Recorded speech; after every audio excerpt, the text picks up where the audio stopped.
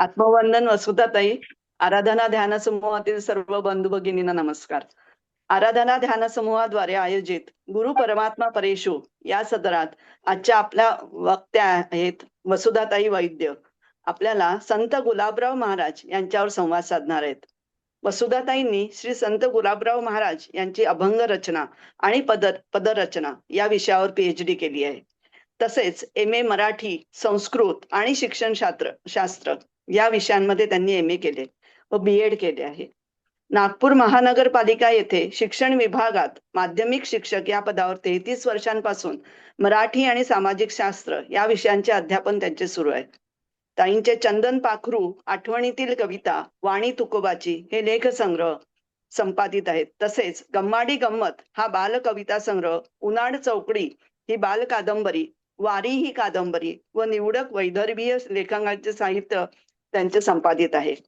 वजर ही सामाजिक कादंबरी प्रकाशनाच्या वाटेवर आहे. ताईंना अनेक पुरस्कारांनी सन्मानित केले आहे.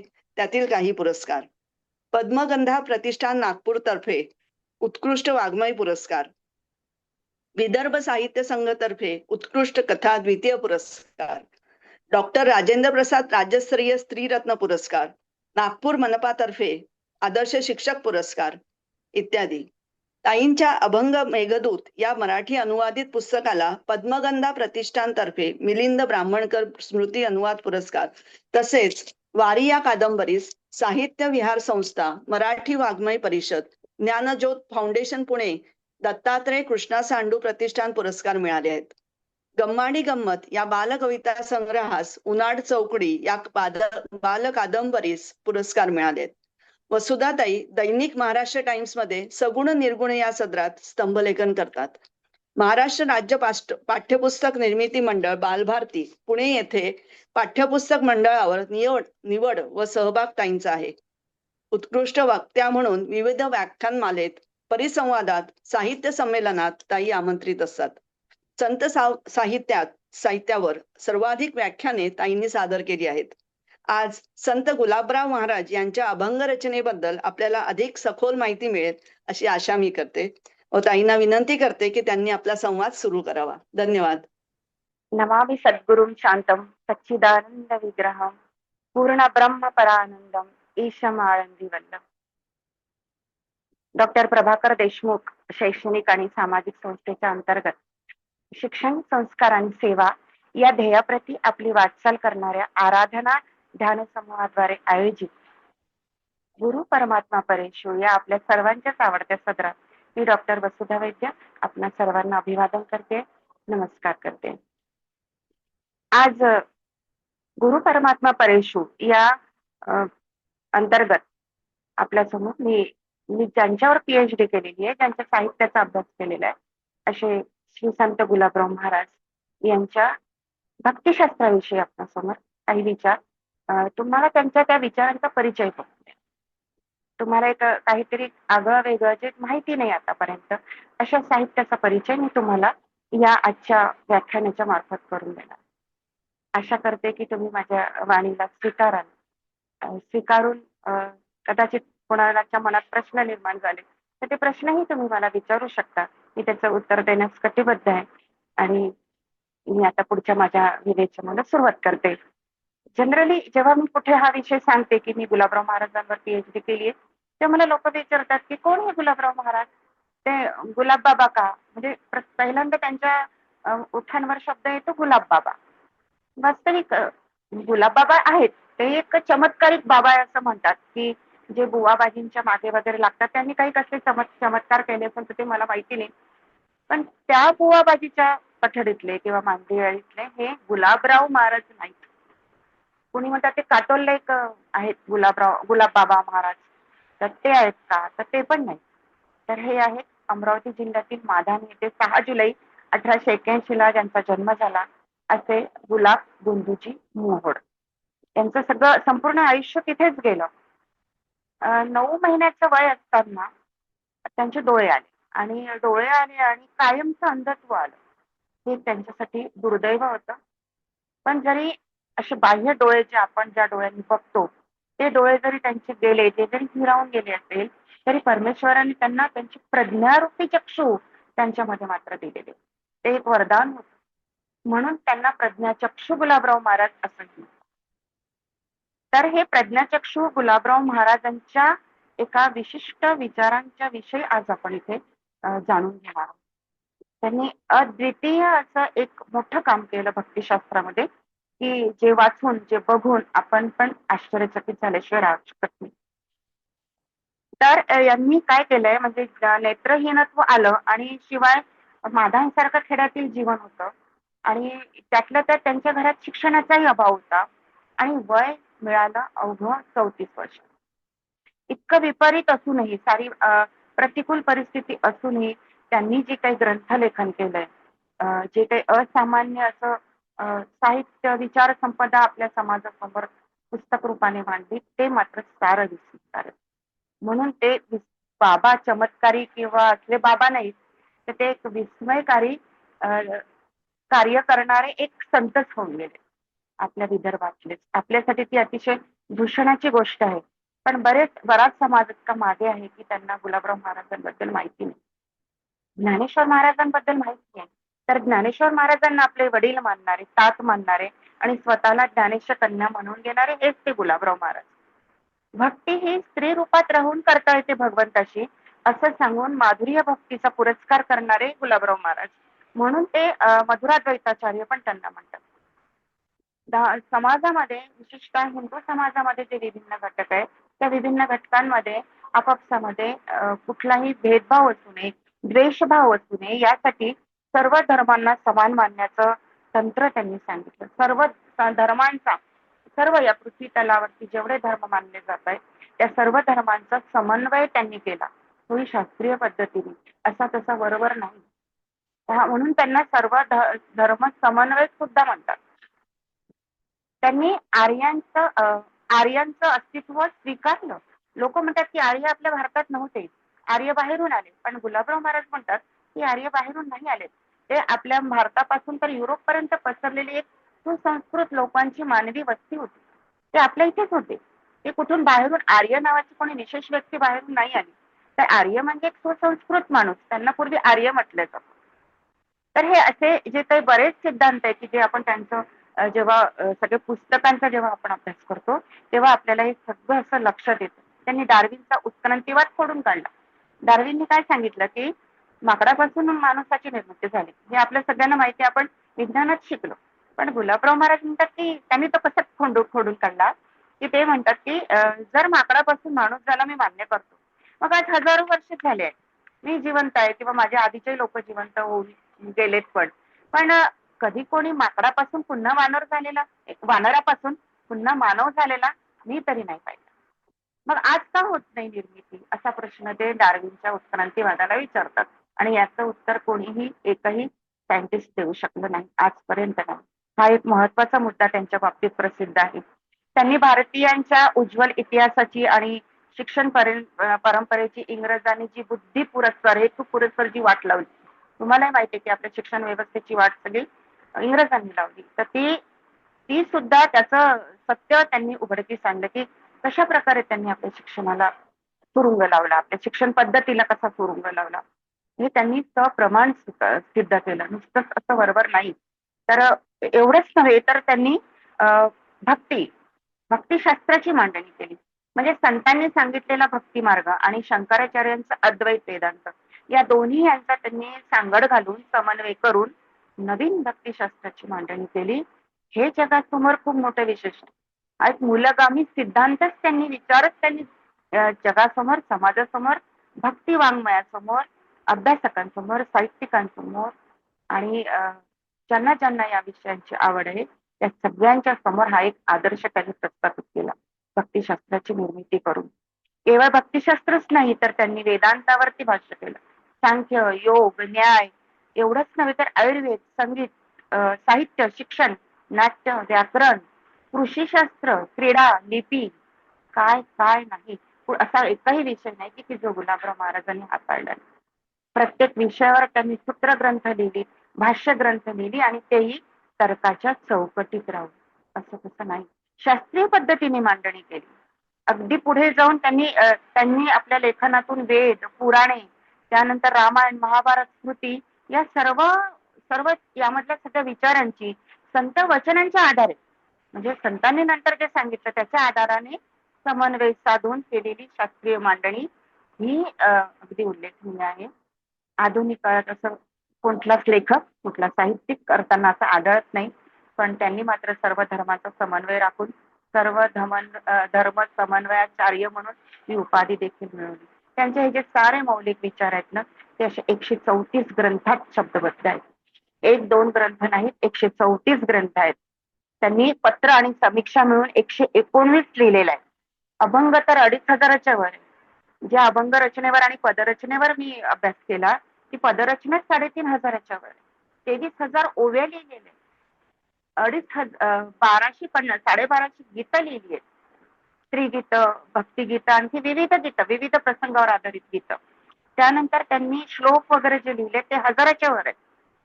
आणि हे केवळ एका भाषेतून नाही, संस्कृतातूनही लिहिलंय, मराठीतून लिहिलेलं आहे, हिंदीतून लिहिलेलं आहे आणि ब्रज भाषेतून पण लिहिलंय. आता अमरावतीच्या एका साधारण खेड्यातल्या माणसाला ब्रज हिंदीचा स्पर्श कुठून झाला असावा, हाही प्रश्न लोकांना पडतो. पण त्याचा एक वेगळा पाठ होईल, वेगळं व्याख्यान होईल की त्यांनी ब्रज हिंदी त्यांच्या लेखनात कशी आली, का आली, याच्यासाठी एक स्वतंत्र अभ्यास होईल. कारण ते कृष्ण अवतारामध्ये पंचलतिकांपैकी एक लतिका होते, एक गोपिका स्वतःला मानायचे. त्यांचं म्हणणं आहे की मी ती तेव्हाची जी राधा होती व्रजभूमीतली ती मी आहे, असं ते स्वतःला समजायचे. त्याच्यामुळे त्यांना ते सगळं त्या परंपरेने सगळं ज्ञात होतं असं म्हणतात. तो एक चमत्कारच आहे, खरंच चमत्कारच आहे. गुलाबराव महाराजांचं संपूर्ण साहित्य जेव्हा आपण अभ्यासतो तेव्हा आपल्या भुवया सतत कायम उंचावलेल्या असतात. आपल्या डोक्याचा भुगा व्हायला लागतो की हे इतकं सगळं आहे आणि हे समाजासमोर का येत नाही, का लोक यांचा अभ्यास करत नाही, का आजही तुकाराम महाराजांच्या पलीकडे गाडगे महाराज आणि तुकडोजी महाराजांच्या पलीकडे गुलाबराव महाराजांना शासन का स्वीकारत नाही, का अजूनही त्यांचे अध्यासन युनिव्हर्सिटीत तयार होत नाहीत. आता अमरावती विद्यापीठात झालंय आत्ता अलीकडे, पण फार पूर्वीपासून हा संघर्ष होता की त्यांचं जे अफाट ज्ञान आहे ते समाजासमोर यायला पाहिजे. आणि म्हणूनच माझे जे गाईड होते त्यांनी मला सांगितलं की तू ज्ञानेश्वर महाराजांवर पीएचडी करण्यापेक्षा यांच्या साहित्यावर कर, म्हणजे तुला कळेल की काय खजिना इथे दडला. आणि खरंच माझ्यासारखीला तर हा एक मोठा खजिनाच मिळाला. त्या खजिन्यातला एक छोटासा भाग म्हणजे मी तुम्हाला सांगणार आहे, भक्तिशास्त्र, भक्तिरस सिद्धांत. खरं म्हणजे रस, भक्तिरस यालाच आपल्या मराठी शास्त्रामध्ये, व्याकरण शास्त्रामध्ये जे 9 रस आहेत त्यामध्ये शांतरस किंवा भक्तिरस म्हणतात. आणि या भक्तिरसाचा, या शांतरसाचा सर्वच संतांनी पुरस्कार केला, हे जाहीर आहे. आणि त्याचा स्थायीभाव भक्ती आहे हेही जाहीर आहे. तर गुलाबराव महाराज काय म्हणतात की त्यांनी जो रससिद्धांताचा ग्रंथ लिहिला तर ते म्हणतात की ठीक आहे, 9 रस जे आहे, शृंगार, करुण, वीर, अद्भुत, बिभत्स, जे ते 9 रस आहेत, या 9 रसांचे स्थायीभाव ते त्यांच्या ठिकाणी आहेतच. पण तरी सर्व रसांचं अधिष्ठान मात्र भगवंत श्रीकृष्ण आहे. ते आपल्या रससिद्धांतामध्ये लिहितातच की जाणून निर्गुण भजावे सावळे. म्हणजे निर्गुण रूपामध्ये तुम्ही श्री भगवंताला भजन करा, त्याचं भक्ती करा. जाणून निर्गुण भजावे सावळे, भक्तीचे सोहळे तेव्हा साचे. तेव्हा खरे खरे भक्तीचे सोहळे साजरे करता येईल. कारण काय आहे, सकल संतांचे सकल रसांचे एक अधिष्ठान. सगळ्या या 9 रसांचं एकच अधिष्ठान आहे. कोण? राधिका रमण दीनबंधू. म्हणजे राधिका रमण दीनबंधू म्हणजे कृष्ण, श्रीकृष्ण. अनेक भक्ती रसपूर्ण अभंग लेखन त्यांनी केलं. केवळ हा एकच अभंग नाही, अनेक हजारो आहे, शेकडोच्या वर आहे. आणि त्यातूनच त्यांनी भक्तीचे 16 प्रकार सांगितले, जे आज मी तुम्हाला सांगते. आपल्याला भक्तीचे 9 प्रकार, मला तुमच्यापैकी कोणी सांगेल का कुठले माहिती आहे? म्हणजे हा संवाद आहे ना, म्हणून मी तुम्हाला विचार, कारण जर ते माहित असेल तर पुढचं जाणून घ्यायला सोपं जातं. सोपंच. भक्तीचे नवविधा भक्ती केली जाते, 9 प्रकारे भक्ती केली जाते असं आपल्या भागवत पुराणात म्हटलंय. तर ती नवविधा भक्ती कुठली एखादी तरी सांगतील का मला? तुमच्यापैकी कोणी सांगाल तर मग मला पुढे जायला सोपं. पूजन, अर्चन, कीर्तन, पादसेवनम हे प्रकार आहेत. अगदी श्रवणम कीर्तनम विष्णू, स्मरणम पादसेवनम, अर्चनम वंदनम दास्यम, सख्यम आत्मनिवेदनम. हे 9 प्रकारचे नवविधा भक्ती. छान सांगितलं ताई, धन्यवाद. हे गुलाबराव महाराजांना मान्य आहे की भक्ती ही 9 प्रकारे केली जाते. श्रवण करून, कीर्तन करून, आता ते काय त्याचं मी तुम्हाला पुढे सांगते. अं, आणि स्मरण करून, आठवण करून, पादसेवन करून, म्हणजे चरणांची सेवा करून, अर्चना करून, वंदन करून, दास्यत्व स्वीकारून, सख्यत्व मानून आणि आत्मनिवेदन करून, या अशा 9 प्रकारे भक्ती केली जाते. हे आपल्याला भागवत पुराणामध्ये सांगितलेलं आणि हे आपण मान्य करतो. यातला आपण फक्त काही गोष्टी करतो, जवळपास सर्वच करतो. आपण श्रवणही करतो, आपल्यापैकी काही कीर्तनही करतात, आपल्यापैकी काही स्मरण पण करतात, पादसेवन पण करतात, अर्चना पण करतात, वंदन करतात. दास्यत्व सख्यत्व तेवढं नाही, आत्मनिवेदन अधून मधून आपण करतो. त्याचं काय डिटेलिंग आहे हे मी तुम्हाला पुढे सांगतेच. पण हे गुलाबराव महाराजांना मान्य आहे 9 प्रकार. पण भक्ती वाङ्मयामध्ये काय झालंय की कुठे ही नवविधा भक्ती सांगितली आहे, तर कुठे म्हणतात की नाही लालन आणि वात्सल्य हे 2 पण प्रकार आहेत पुढे. कोणी म्हणतात माधुर्य भक्ती आहे, कोणी म्हणतात पराभक्ती आहे. अशा विखुरलेल्या स्वरूपामध्ये भक्तीचे प्रकार इकडे तिकडे सांगितले. गुलाबराव महाराजांनी काय केलं, आपल्या भक्तिशास्त्राचं विवेचन करताना या सर्व प्रकारांना एकत्र आणलं आणि त्याचे 16 प्रकार केले आणि त्या 16 प्रकारे भक्ती केली जाते हे त्यांनी आपल्याला सांगितलं. तर ही 16 प्रकारची भक्ती म्हणजे कोणती? श्रवण, कीर्तन, स्मरण, पादसेवन हे नवविधामधले 4, पुन्हा 4 अर्चन, वंदन, दास्य, सख्य, आत्मनिवेदन आपण थांबवलंय. हे जे 8 आहेत, हे 8 प्रकार त्यांना मान्य आहेत. याला त्यांनी नाव दिलंय गौणी भक्ती. गौणी भक्ती याचा अर्थ असा होतो की गौण, गौण म्हणजे थोडी कमी, थोडी त्याची स्टेप खाली. पण आणखी पुढे त्यांनी सांगितलं जे आत्मनिवेदन आहे 9, त्याचे त्यांनी परत 4 प्रकार केले. ममता समर्पण, अहमता समर्पण, लालन आणि वात्सल्य. हे 4 ऍड झाले. आता 8 अधिक 4 12 झाले. हे जे 4 केले आता, ममता समर्पण, अहमता समर्पण, लालन आणि वात्सल्य, ही आहे मध्यमा भक्ती, ही मधल्या पैठली भक्ती. आणि ती पराकुटीची जी भक्ती आहे ती 4 प्रकारे केली जाते. ती आहे गुप्त संयोग, स्पष्ट संयोग, गुप्त वियोग, स्पष्ट वियोग. ही आहे पराभक्ती. या पराभक्तीलाच माधुर्य भावाची जोड देऊन ती झाली माधुर्य भक्ती. आणि याच माधुर्य भक्ती यालाच म्हणतात माधुर्य पराभक्ती. गुलाबराव महाराज ही पराभक्तीचा पुरस्कार अधिकृत 9 प्रकार तर ते मानतातच भागवत पुराणात. त्याला त्यांनी आत्मनिवेदनाचे 4 प्रकार वेगळे केलेले. त्याच्याही पलीकडे जाऊन त्यांनी गुप्त संयोग, स्पष्ट संयोग, गुप्त वियोग, स्पष्ट संयोग हे 4 आणखी पराभक्तीचे प्रकार सांगितले. म्हणजे आता 16 प्रकार कुठले झाले? श्रवण, कीर्तन, स्मरण, पादसेवन, अर्चन, वंदन, दास्य, सख्य, ममता समर्पण, अहमता समर्पण, लालन, वात्सल्य, गुप्त संयोग, स्पष्ट संयोग, गुप्त वियोग, स्पष्ट वियोग असे 16 प्रकार सांगितले. आता हे 16 प्रकार आपण समजून घेणार आहोत. फार कठीण नाही आहेत आणि वाटलं तर त्याची लेवल खूप वेगळी आहे. आणि आपण खरंच यातली कुठली भक्ती करतो? आपण बऱ्याचदा इतरांबद्दल म्हणतो की तो अमक्याचा भक्त आहे, ती त्याची खूप भक्ती करते, ती त्यांची खूप भक्ती करते. पण खरंच आपण भक्ती करतो का? आपण नेमकं काय करतो? उपासना करतो. मग उपासना करतो आणि भक्ती करतो यात फरक आहे का? जेव्हा आपण कोणाला विचारलं ना की उपासना, मी त्या महाराजांची उपासना करते, मी त्या महाराजांची भक्ती करते, मग लोकांना वाटतं अरे उपासना आणि भक्ती दोन्ही एकच आहे, वेगळं कसं? पण गुलाबराव महाराज माहितीये का, अतिशय सूक्ष्म भेद सांगतात उपासना आणि भक्तीमध्ये. आणि हा एक मूलगामीच विचार त्यांनी भक्तिशास्त्रासमोर मांडला. उपासना आणि भक्तीतला सूक्ष्म भेद व्यक्त करतो. त्यांचं म्हणणं असं आहे गुलाबराव महाराजांचं, उपासना ही भक्तीच्या आधी केली जाते. एक नाहीये, हे वेगवेगळे प्रकार. उपासना आधी केली जाते केव्हा? आता मी तुम्हाला एका माझ्या हाताच्या उदाहरणाने, हा भक्त आणि हा भगवंत, जेव्हा हे 2 आहेत, हा भक्त आहे आणि हा भगवंत, हे 2 आहेत. जेव्हा हा भक्त या भगवंताची पूजा अर्चा करू लागतो, सगुण साकार रूपात यांची भक्ती करतो, प्रेम करू लागतो भगवंतावर, भक्ती नाही प्रेम करू लागतो. सगुण साकार रूपामध्ये हा भक्त प्रेम करू लागतो. हा तू भक्त आहे, तू देव आहे, मी भक्त आहे, असं स्वतःला 2 समजतो. एक भक्त आणि एक एक भगवंत आणि भक्त दोन वेगवेगळे आहेत असं ते म्हणू नका.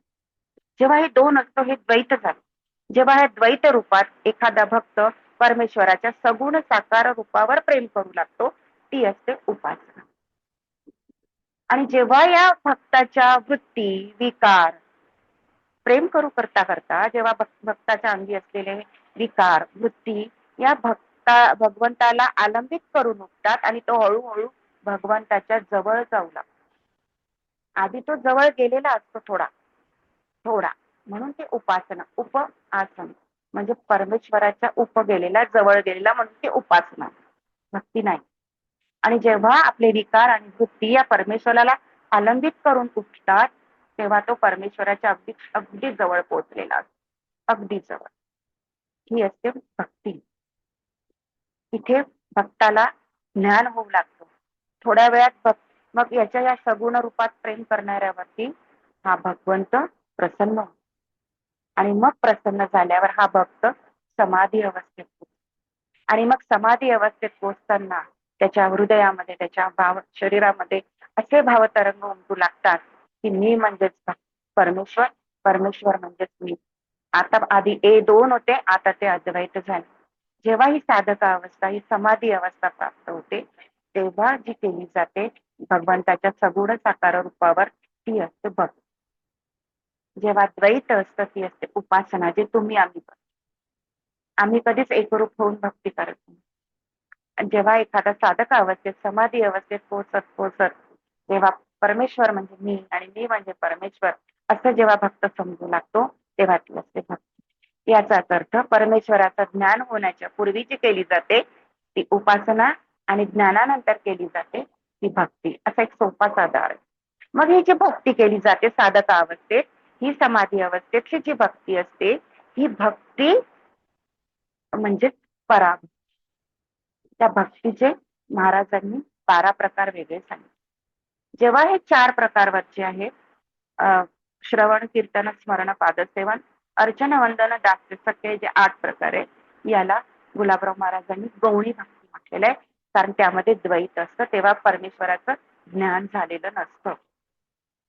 तेव्हा फक्त स्वतःला परमेश्वरापासून वेगळा समजत जे आपण करतो. जी पूजा अर्चना श्रवण कीर्तन आपण करतो इथे बघा प्रत्येक ठिकाणी द्वैत आहे. दोन वेगळेच लोक आहेत. श्रवण करताना सांगणारा एक ऐकणारा दुसरा. कीर्तन करणारा एक ऐकणारा दुसरा. स्मरण करताना आपण एक भगवंत दुसरा. पादसेवन करताना आपण सेवा करणारा एक भगवंत दुसरा.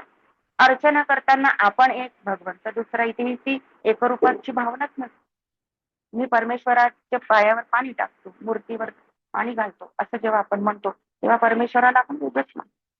वंदन करताना दास्य करताना परमेश्वराची मी सेवा करतो तेव्हा परमेश्वर दुसरा आणि मी दुसरा. सख्य करताना तिथे तर दोन असतच. तिथे एक राहूच शकत नाही. मैत्री एकापेक्षा अधिक व्यक्तीच केली जाते. म्हणून हे जे 8 प्रकार आहे सुरुवातीचे याला गुलाबराव महाराजांनी नाव दिलं गौणी भक्ती. जी त्यांनी अमान्य केली नाही. आणि पुढे ही जी गौरी भक्ती करत असताना परमेश्वर जेव्हा तो प्रसन्न होतो भगवंत आणि तेच ती समाधी अवस्थेत पोहोचू लागतो तेव्हा ममता समर्पण केलं. मम माझं हे माझं ते माझं माझं सगळं माझं घर माझी गाडी माझं सोनं माझी मुलं माझा नवरा माझी बायको माझे नातेवाईक हे सगळं जे माझं धन हे जे सगळं आपण माझं माझं माझं माझं करतो ना त्यामुळे जो अहंकार आलेला असतो हा अहंकार इथे जेव्हा आपण येऊ लागतो ना समाधी अवस्थेच्या जवळ तेव्हा तो गळून पडू लागतो. आणि मग हे ममता समर्पण जेव्हा परमेश्वराकडे केलं जातं ही एक भक्तीची एक वेगळी लेवल जी आपल्यासाठी थोडी कठीण. आणि ही ममता समर्पणाच्या नंतर अहंता समर्पण केलं जातं. तो अहंकार गळून पडतो आपला.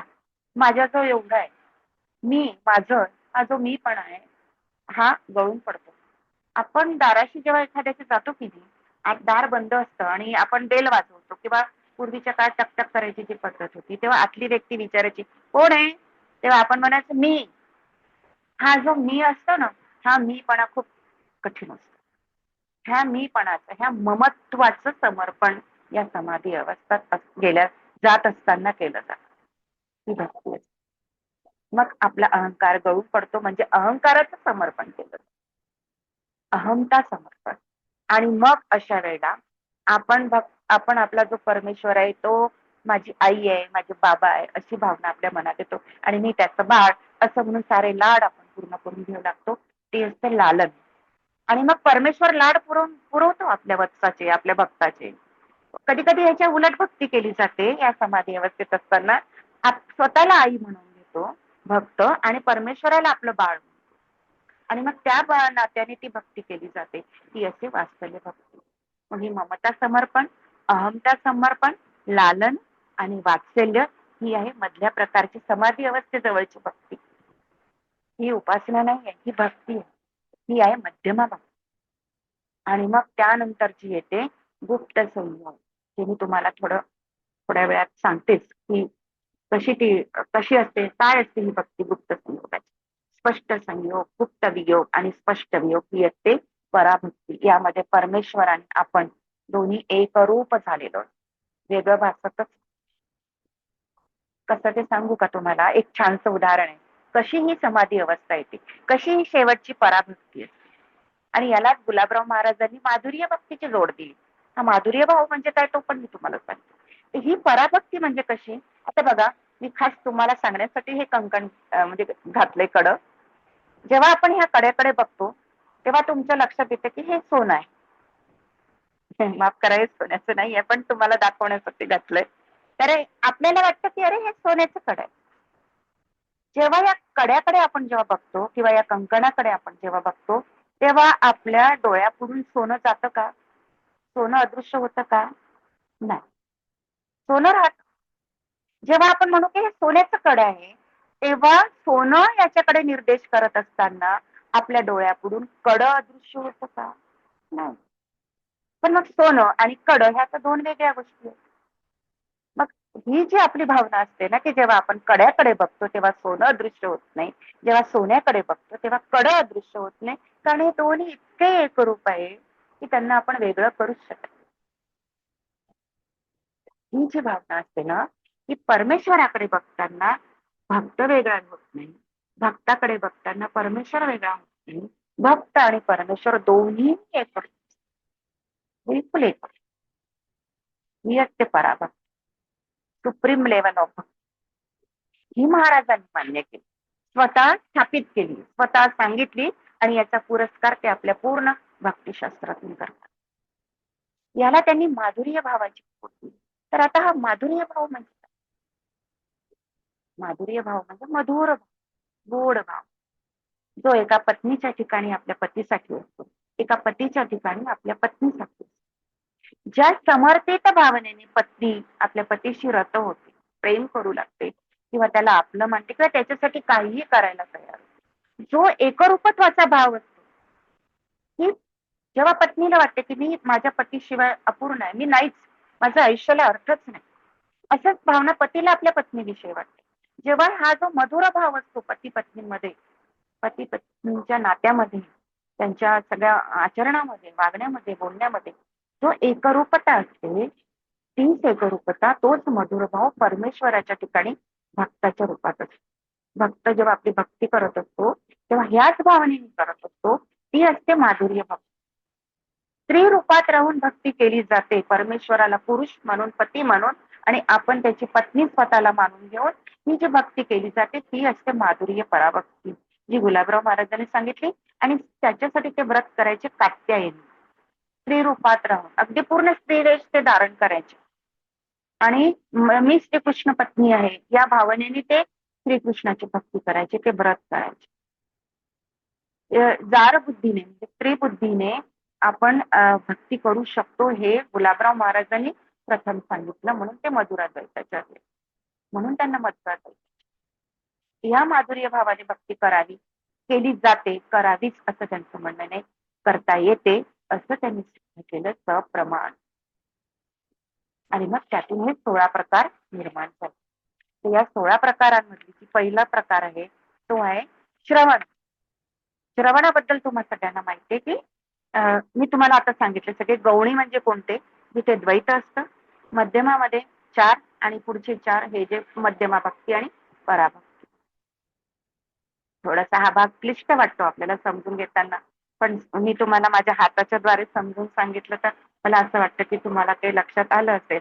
तर मला कोणी सांगेल का की गौणी भक्ती आणि मध्यमा पराभक्तीतला थोडाफार तरी भेद तुम्हाला कळला असेल? नाहीतर मी परत एकदा ते सांगू शकते. तर ठीक आहे, जे आपल्याला 4 प्रकार सांगितले होते. श्रवण, कीर्तन, स्मरण, पादसेवन 8 प्रकार. अर्चन, दास्य, वंदन, सख्य हे 8 प्रकार गौणी भक्तीचे मी तुम्हाला सुरुवातीला सांगते. जी गुलाबराव महाराजांनी भागवत पुराणातली सांगितलेली आहे. ती गुलाबराव महाराजांनी मान्य केली. ते म्हणतात श्रवण. श्रवण ही भक्ती कशी केली जाते? सोपी. इतिहासातून, पुराणातून किंवा या भगवंताच्या चरित्र कथा ऐकून, वेदांतांचे श्रवण करून, श्रवण भक्ती करीत करीत आपण जे करतो ना, ती आपली श्रवण भक्ती. कुठली तरी एक प्रकारे भक्ती करावी. वास्तविक ही उपासना आहे. उपासनेच्या प्रकारातील आहे. भक्ती म्हणता येत नाही, भक्ती तर पुढे जाईल. पण तरीही ही उपासना या प्रकारे करता येते. राजा परीक्षित यांचं नाव तुम्ही ऐकलं असेल की शुक्राचार्यांनी त्यांना पूर्ण भागवत ऐकवलं.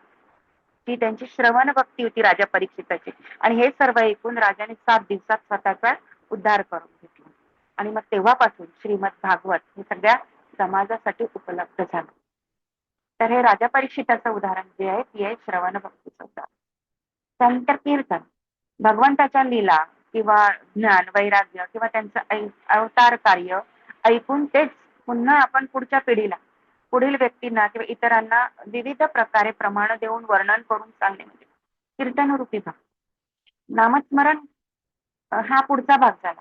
आचार्य नारद मुनी हे त्याचे प्रणेते कीर्तन भक्तीचे. आणि कीर्तन परंपरा तेव्हापासून सुरू झाली. तर त्यानंतर पुढचं जे येतं ते स्मरण. स्मरण करून देखील भक्ती केली जाते असं गुलाबराव महाराज म्हणतात की जे हे दोन्ही करू शकत नाही, म्हणजे कीर्तनही करू शकत नाही किंवा श्रवणही करू शकत नाही, तो नामस्मरण तर करू शकतो, निदान एवढं तरी करावं असं त्यांचं म्हणणं आहे. ही स्मरण भक्तीचं उदाहरणासाठी भक्त प्रल्हाद प्रसिद्ध आहे.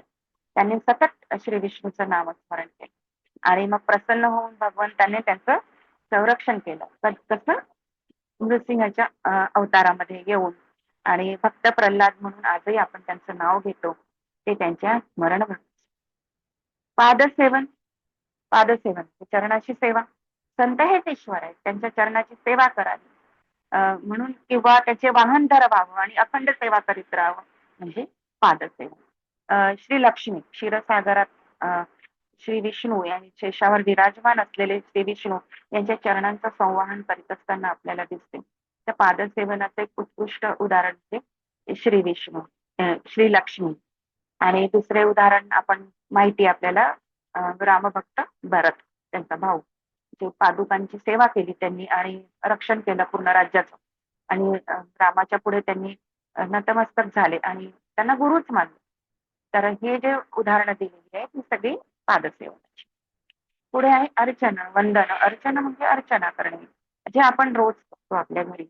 आपल्या घरच्या देवाला स्नान घालतो, फुले वाहतो, दही दुधाचा अभिषेक करतो, धूप दीप आरती नैवेद्य हे सारे जे षोडशोपचार या साऱ्या प्रकारांनी जे काही करतो ती सगळी अर्चना.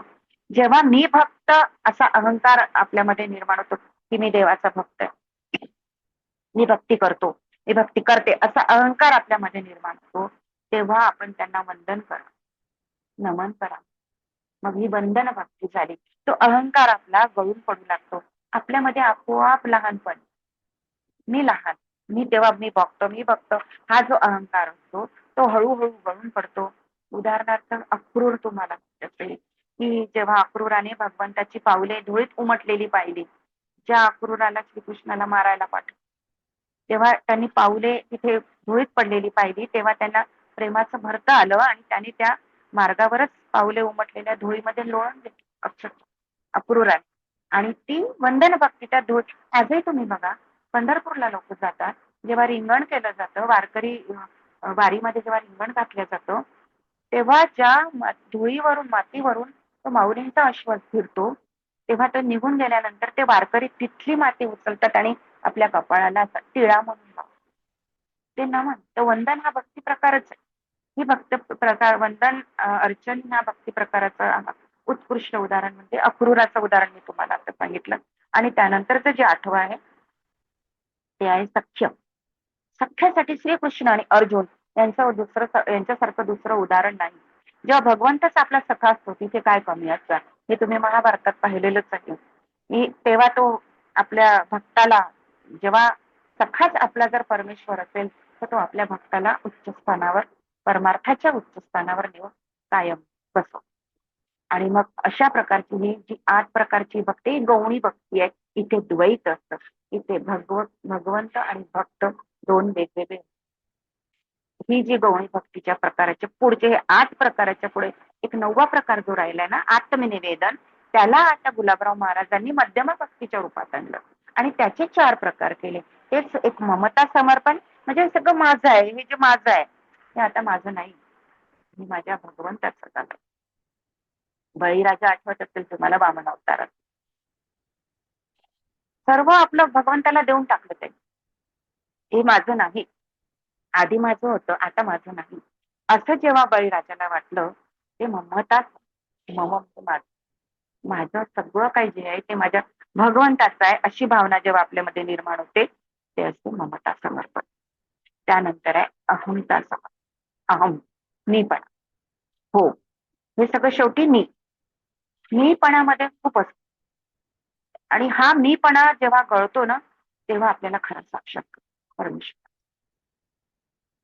शेवटी हा मी नाही आहे, हा मी म्हणजे भगवंत आहे पुढचा, असं जेव्हा आपल्याला वाटू लागतं तेव्हा ते असतं अहंता समर्पण. आपण पूर्णपणे आपल्या अहंकाराचं समर्पण करा. ही पण भक्ती आहे. ही मध्यमा भक्तीचा एक प्रकार आहे. त्याला नवविधा भक्ती प्रकारामध्ये आत्मनिवेदन, स्वतःबद्दल आत्मनिवेदन कर, ममता समर्पण, अहमता. याला गुलाबराव महाराजांनी आणखी एक जोडलंय, लालन. भगवंताला माता पिता मानायचं, त्याला माता पिता म्हणून भगवंताकडनं सगळे लाड पुरवून आपण बाळ बनायचं भक्तांनी. भगवंताला माऊली म्हणतात, तुम्हाला माहिती, विठू माऊली म्हणतात ना, गजानन महाराजांना माऊली म्हणतात. हे सगळं माऊली म्हणून आपण आपले लाड करून घ्यायचे. ही देखील एक लालन भक्ती आहे. त्यानंतर वात्सल्य भक्ती. मी माऊली, आता उलट, मी माऊली, मी माता, मी पिता आणि माझा हा भगवंत, हा माझा बाळ. ज्ञानदेव बाळ माझा सांगे तिचा भगवंत, असं आपल्याला ते आठवलं. जेव्हा मी परमेश्वराला आपण बाळ म्हणायचं आणि मग त्या भावनेने आपण आपल्या बाळाप्रती ज्या पद्धतीने त्याचे लाड करतो, त्याच्या प्रती जी भावना असते ती भावना परमेश्वराप्रती असते. ते किती लोभत, ती भक्तीच किती लोभत झाली. ही वात्सल्य भक्ती. म्हणजे या भक्तीमध्ये आपला अहंकार नसतो. असतो का आईच्या ठिकाणी? त्या लेकराचं खरकट तोंड जरी असतं तरी त्या तोंडाचा पापा घ्यायला आपण कधी कचरत नाही. अहंकार नसतो, रे माझं तोंड मी कसं करू, असं कधीच नसतो. कारण तेव्हा त्या आईच्या ठिकाणी अहंकारच नाही. तो नसलेला, तो अहंकार जसा तिच्या ठिकाणी नसतो तसा अहंकार आपल्या ठिकाणी त्यावेळी नसतो आणि आपण भगवंताला बाळ म्हणतो आणि त्याच्याशी एकरूप होऊन जी भक्ती केली जाते ती असते वात्सल्य भक्ती. ही झाली मध्यम. ही 4 प्रकार मध्यम.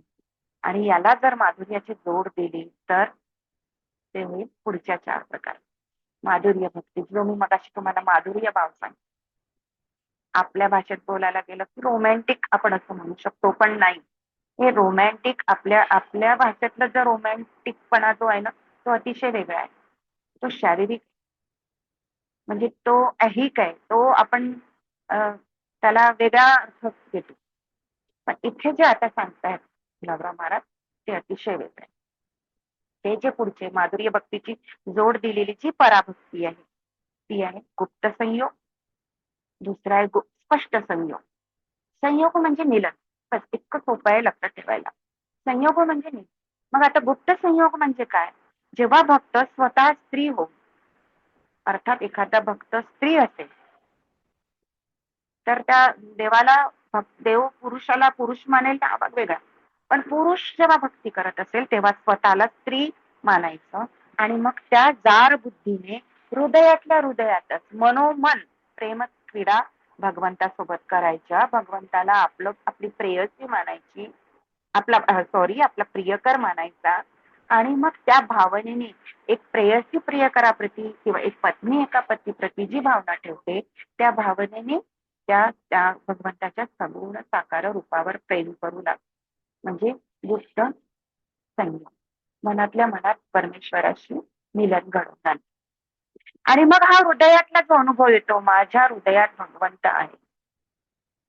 आपण जे बघतो ना, ओ मेरे दिल में है असं जे म्हणतात ना सिनेमामध्ये किंवा इतर एरवी, तसंच तीच भाव, परमेश्वर मेरे दिल में है असं जेव्हा आपण मनोमन मनोमन म्हणून टाकतो, हे जेव्हा या पद्धतीने भक्ती करू लागतो, तेव्हा ह्या हृदयातल्या अनुभवानंतर बाह्य वातावरणात देखील आपल्याला तेज दिसतो. असं म्हणतात की आपण ज्याच्यावरती असं निस्सीम प्रेम करू लागतो मनातल्या मनामध्ये, तर तो जळी स्थळी काष्टी पाशाने आपल्याला तीच व्यक्ती दिसते. उठता बसता झोपेत जागेपणी तीच व्यक्ती दिसते. तसंच गुप्त संयोग आणि स्पष्ट संयोग, हृदयातल्या हृदयात जेव्हा आपण प्रेम करू लागतो, तेव्हा आपल्याला बाह्य वातावरणात देखील तेच दिसायला लागते. तोच अनुभव येतो, तोच परमेश्वर आपल्याला दिसतो, तो असतो स्पष्ट संयोग. म्हणजे एक वेळ अशी येते की जेव्हा आपण डोळे बंद केले तर हृदयातही आपल्याला परमेश्वर दिसतो, डोळे उघडले तर साक्षात आपल्या पुढे पण परमेश्वर असतो. हे असतं म्हणजे स्पष्ट संयोग. आणि याच्या उलट असते भावना वियोगाची. जेव्हा आपल्याला अहंकार होतो, अरे आता मला परमेश्वर प्राप्त झाले, माझ्या हृदयातही आहे, मी बाहेरही बघतो तर मला बाहेरही परमेश्वरच दिसतोय, असं जेव्हा आपल्याला वाटायला लागतं, तेव्हा आपल्यामध्ये अहंकार येतो.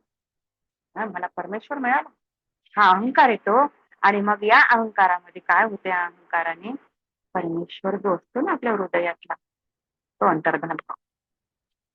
ती भावनाच कमी व्हायला लागते. आणि मग भगवंत मला प्राप्त झाले अशी भावना निर्माण झाल्यावर हृदयातला भगवंत अंतर्धान पावतो, तेव्हा होतो विरह. ती विरह अवस्था येते, ती इतकी इतकी वरच्या शिगेला जाऊन पोचते की तो भक्त आता कसावीच व्हायला लागतो, अरे मला माझा परमेश्वर दिसत नाहीये, कुठे गेला, कुठे गेला, कसं झालं, काय झालं. मग तेव्हा तो परत शोधू लागतो. तर भगवंत भक्ताच्या लक्षात चूक येते आपली.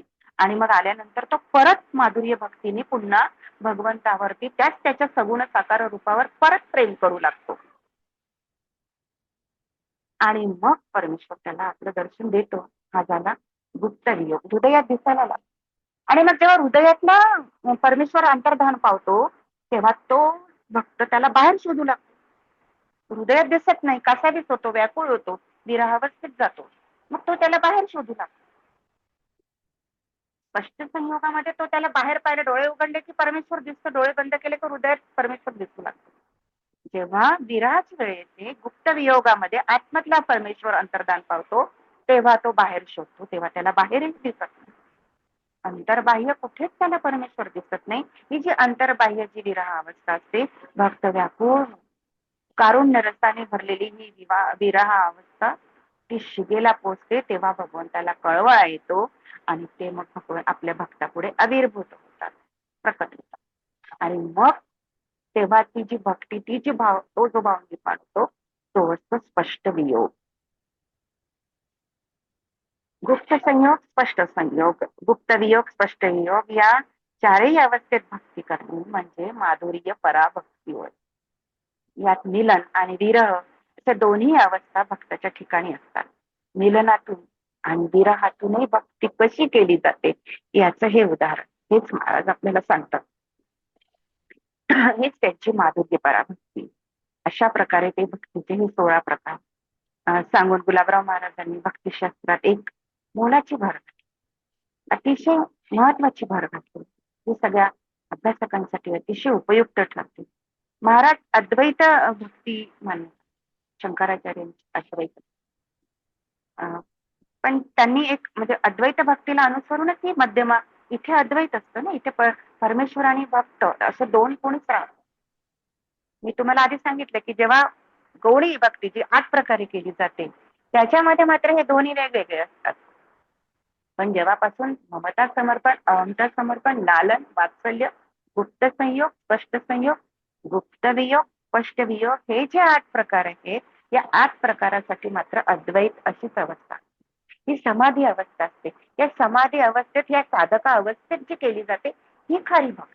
त्याच्या आधी जी केली जाते ती उपासना, असं गुलाबराव.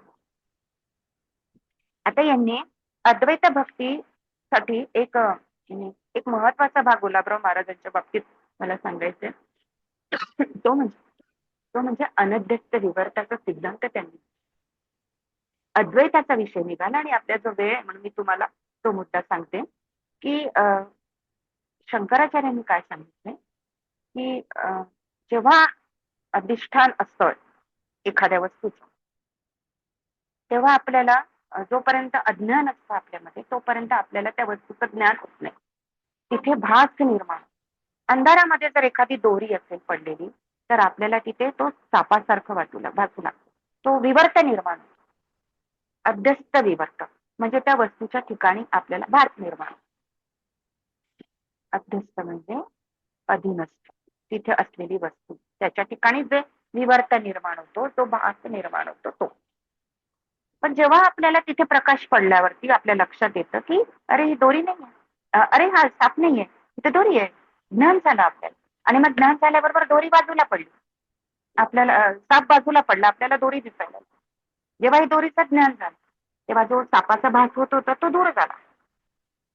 म्हणजे आद्य शंकराचार्यांनी काय सांगितले की जेव्हा आपल्याला परमेश्वराचं ज्ञान होऊ लागतो तेव्हा मी विसरून जातो कोण आहे. आपल्याला तो परमेश्वर आहे दिसतो. हा अध्यस्त विवर्त त्यांनी सांगितलं. पण गुलाबराव महाराज मात्र म्हणतात की नाही, जोपर्यंत आपलं अज्ञान असतं तोपर्यंत आपल्याला ती वस्तू समजत नाही काय ती. आपल्याला भास निर्माण होतो, पण जेव्हा आपल्याला ज्ञान येतं, ज्ञान प्रकाश पडतो, तेव्हा आपल्याला त्या ठिकाणी साप दूर होत नाही. त्या ठिकाणी आपल्याला सापही दिसतो आणि दोरीही दिसतो. हे दोन्ही वेगळं नाहीच. तेच मी तुम्हाला काकणाचं कंकणाचं कड्याचं जे उदाहरण सांगितलं तसंच हे जे अद्वैत आहे तिथे दोन्ही असतं. हा अनध्यस्त विवर्त हा गुलाबराव महाराजांनी, शंकराचार्यांनी सांगितलं की आपल्याला भास दूर होतो ज्ञान झाल्यावर, आपला संभ्रम दूर होतो. गुलाबराव महाराज म्हणतात की नाही, आपला संभ्रम, भास आणि अधिष्ठान दोन्ही आपल्याला दिसला. हा अध्यस्त विवर्त. जशी समुद्रावरची लाट असते, समुद्राकडे बघताना आपल्याला समुद्रही दिसतो आणि समुद्राच्या लाटाही दिसतात. जेव्हा आपण लाटेकडे बघतो तेव्हा आपण असं म्हणत नाही की हा समुद्र आहे. समुद्राकडे बघताना आपण असं म्हणत नाही की किती लाट आहे. आपल्याला असं दोन वेगवेगळं काहीच दिसत नाही. समुद्राकडे पाहताना आपल्याला लाटही दिसते आणि लाटेकडे पाहताना आपल्याला समुद्रही दिसतो. तसंच कड्याकडे पाहताना आपल्याला सोनंही जाणवतं. सोनं आहे असं झाल्यावर ते कड आहे हेही दिसतं. हे जे एकरूपत्व आहे, हे एकरूपत्व जेव्हा भक्त आणि भगवंताच्या ठिकाणी निर्माण होतं, ती असते अद्वैत भक्ती, ती असते पराभक्ती. त्याला माधुर्य भावाची जोड दिली तर ती होते माधुर्य पराभक्ती. गुलाबराव महाराज असं म्हणत नाही की तुम्ही ज्या गौणी पद्धतीने, या 8 पद्धतीने भक्ती केली जाते ती करू नये, या पराभक्तीनेच करावी असं ते कधीच म्हणत. ते फक्त म्हणतात की या 16 प्रकारांनी भक्ती केली.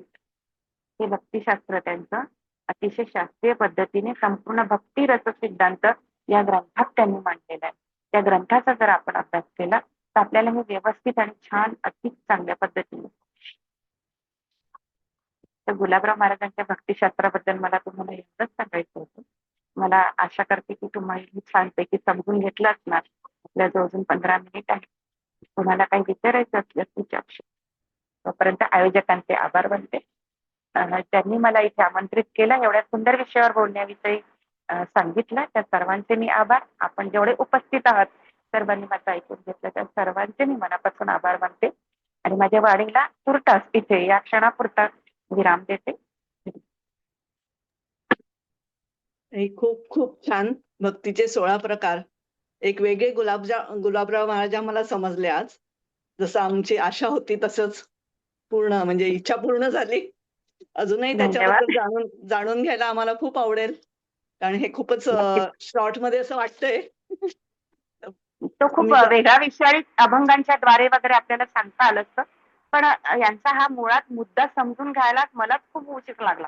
म्हणजे हा विषय इतक्या लवकर समजत नाही. मग मी जर आणखी डिटेल्स सांगत गेले असते ना तर तो अजून डोक्याच्या वरून गेला असता. म्हणून मी एक सोप्या पद्धतीने हो, शॉर्ट मध्ये सांगायचा आमच्या प्रयत्न केला. डोक्यावरूनच गेला असता तो. पण आता तुम्ही जे काही सांगितलं ते खूप म्हणून छान सांगितलं. तेवढं तरी कळलं व्यवस्थित. तेवढं खूप हा छान कळलं. तुम्ही परत येऊन आम्हाला प्रत्येक विषय म्हणजे प्रत्येक प्रत्येक भक्तीवर जर तुम्ही विस्तृत चर्चा केली तर आम्हाला खूप आवडेल. खूप छान ताई. खूप खूप धन्यवाद. नक्की सांगेल. नमस्कार ताई, स्वागत आहे आपलं. आपल्याशी खूप बोला. छान संवाद झाला आज. संत गुलाबराव महाराजांबद्दल जाणून घेता आलं भक्ती मार्ग. हो. अं, खूप आपलं स्वागत आहे. विजयताई ब्राह्मणकर आले, ताईंनीच जोडून दिलं आम्हाला ताईंबरोबर. हो, स्वागत आज करूया.